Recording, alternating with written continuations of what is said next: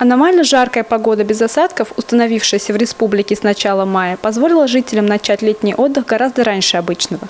Однако жара принесла с собой как плюсы в виде раннего открытия шашлычного сезона, так и минусы. В республике резко возросло количество лесных пожаров.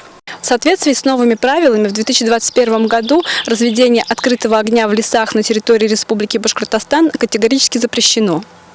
В условиях действия особого противопожарного режима санкции в виде предупреждения отменены. Штраф будет начислен сразу. Он составит от 2 до 4 тысяч для физических лиц и от 15 до 30 тысяч для должностных лиц.